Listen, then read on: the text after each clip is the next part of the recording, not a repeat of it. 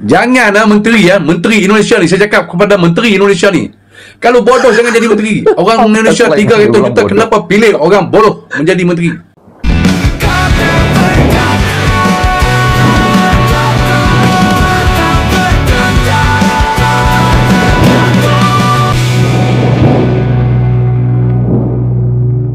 Assalamualaikum warahmatullahi taala wabarakatuh. Saya malas nak bercakap tentang negara Indonesia ni kan.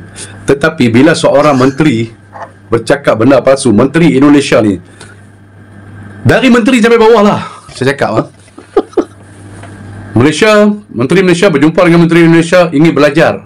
Malaysia, Thailand, Vietnam hadapi krisis beras. Nggak ada di media mereka. Minta belajar dengan Indonesia. Bila nampak gambar belakang saya, kami teknologi beras kami dah sampai 3 musim setahun. Kami boleh supply 70% keperluan beras Malaysia. Hanya 30% diimport. Sejak saya lahir, kepada Menteri Indonesia yang bercakap tadi, saya tak pernah tengok lagi krisis beras di Malaysia. Sejak dia lahir nggak ada. Pekerja Bangladesh datang Malaysia, tanggung beras setiap hari. TKI Indonesia di Malaysia tak pernah menjerit Malaysia tak cukup beras. Sebaliknya, di wali kota Wadidau, beras habis, Wadidau minta jif. Patut Indonesia yang belajar dengan Malaysia bagaimana menyediakan peluang pekerjaan kepada warga mereka di Indonesia. Jangan Menteri Indonesia ni, saya cakap kepada Menteri Indonesia ni, kalau bodoh jangan jadi menteri. Orang Indonesia 300 juta, kenapa pilih orang bodoh menjadi menteri? Kalau kamu tak boleh nak mentadbir negara kamu, kamu jangan mengatakan negara lain memerlukan anda untuk mereka hidup, supaya rakyat kamu happy. Kamu menteri yang suka berhalusinasi. Konon kamulah terbaik. Dunia ni berpusat di Indonesia. Semua yang terbaik tu datang Indonesia. Walhal Indonesia mata wang pun nombor 5 paling rendah. Yes, negara kamu mempunyai lahan tanah yang luas, tetapi kenapa tak usahakan tanam padi? Kenapa tak ada kecukupan beras di negara kamu? Sehingga akan beras 200 gram pun jual untuk rakyat kamu makan, kurus kering. Boleh pula kata Malaysia nak belajar dengan Indonesia. Perubahan musim. Malaysia belajar tak? Belajar tak? Kamu belajar geografi. Malaysia dengan Indonesia, adakah perubahan iklim? Berapa musim kita ada? Kita tropika, tak ada perubahan iklim. Yang ada monsun saja. Boleh menanam padi. Kepintaran yang penting. Dia bilang. Bukan kamu menyalahkan, mengatakan negara luar belajar dengan Indonesia bagaimana nak menanam padi, bagaimana nak mengurus padi. Aku tahu. Sehingga Prabowo pun cakap Malaysia import beras daripada Indonesia. Menteri dia orang pun cakap, aku dah hidup sampai sekarang kan, tak pernah aku tengok beras dari Indonesia. Tak pernah. Yang aku tengok, orang Malaysia balik sana bawa Milo dari Malaysia. Bawa coklat dari Malaysia. Pergi ke Sarawak, dekat perbatasan Malaysia-Indonesia, beras Malaysia lagi diseluduk masuk ke Indonesia. Ini fakta.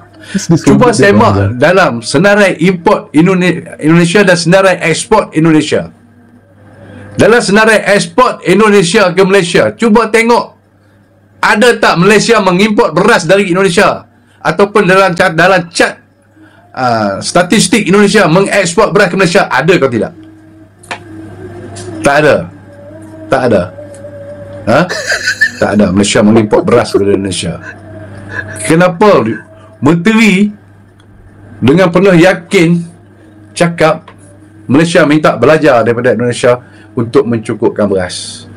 Kepada menteri Indonesia tu, belajar dengan Malaysia bagaimana nak mentadbir sebuah negara, nak mencukupkan beras di negara anda, bagaimana nak menyediakan peluang-peluang pekerjaan di negara anda, bagaimana nak menyiapkan projek-projek mega anda. Sekarang yang terbaru, syarikat Malaysia invest membangunkan IKN. Cuba belajar pengurusan dengan Malaysia, wahai Menteri Indonesia. Jangan sebarang cakap kamu menteri membawa attitude sebuah negara.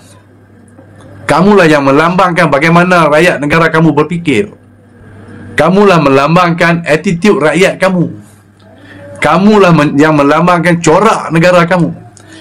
Kamu menteri, jangan sampai ditertawakan oleh orang-orang di negara luar. Saya mentertawakan kamu, wahai Menteri Indonesia. Ini ke level menteri. Okeylah. Belajar Assalamualaikum warahmatullahi wabarakatuh. Sahabat Kata Per Kata. Seperti itulah kemarahan terbodoh yang dilakukan warga negeri Malaides terhadap Indonesia, akibat pembatasan informasi dari media di negaranya. Hal hasil segala informasi yang ada di berbagai negara, termasuk media Indonesia, mereka akan menganggapnya sebagai berita yang tidak benar. Karena media berita yang ada di negaranya tidak memberikan informasi secara luas dan terbuka, tentang kondisi krisis beras yang melanda negaranya. Warga negeri Malaides tak mampu berpikir, untuk apa Menteri Pertanian mereka datang ke Indonesia. Pertanian Republik Indonesia sedia menerima kunjungan daripada Menteri Pertanian dan Keterjaminan Makanan Malaysia. Kami telah berbincang perkara-perkara utama, terutama sekali saya mengucap tahniah dan kekaguman perubahan khasnya teknologi pertanian di Indonesia ini, terutama penghasilan padi yang berlipat ganda, kenaikan yieldnya, hasilnya per hektar dan sehingga penduduk yang begitu ramai Indonesia berjaya mencukupkan makanan utamanya beras kepada rakyat dan juga insya-Allah sampai ke peringkat mampu ekspor. Oleh itu kita akan berusaha supaya berlaku pertukaran teknologi ataupun bimbingan bersama, supaya kita juga akan berusaha untuk mendapat segala bentuk teknologi baru hal pertanian khasnya padi, ikan, green corn dan berbagai lagi antara dua negara jiran yang paling akrab, iaitu Malaysia dan Indonesia.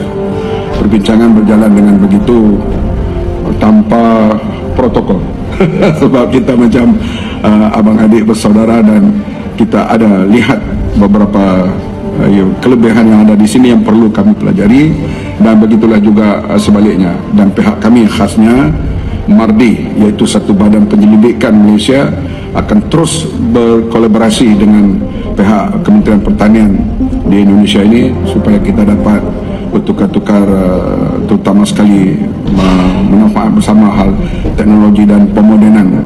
Makan ubi kayu ganti makan nasi, itu saranan yang Di-Pertua Dewan Rakyat Tan Sri Johari Abdul sebagai alternatif sementara menunggu bekalan beras putih tempatan BPT selesai.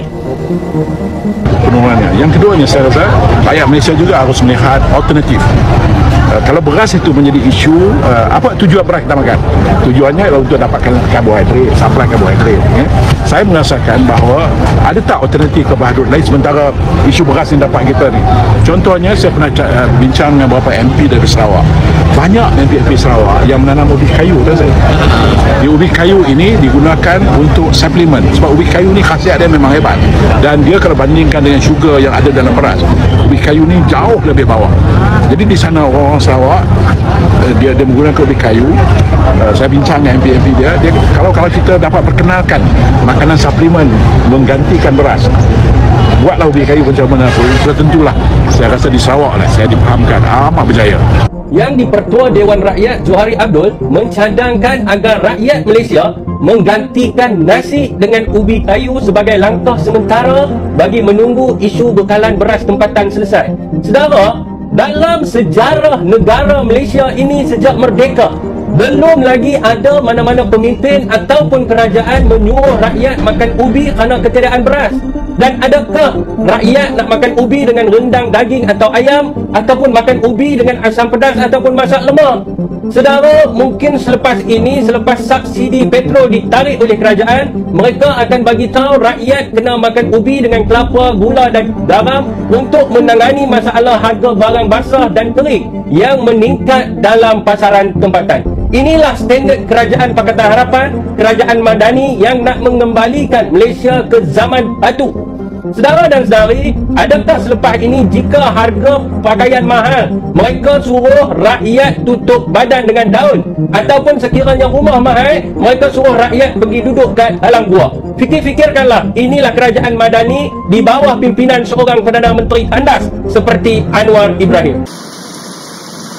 Jepang krisis beras, Filipina krisis beras, Malaysia krisis beras. Alhamdulillah Indonesia masih ada beras. Alhamdulillah sampai saat ini walaupun tidak resmi, target yang saya berikan ke tim pangan ya, Pak Sul Hasan, Pak Amran, kita swasembada, saya beri waktu 4 tahun kan.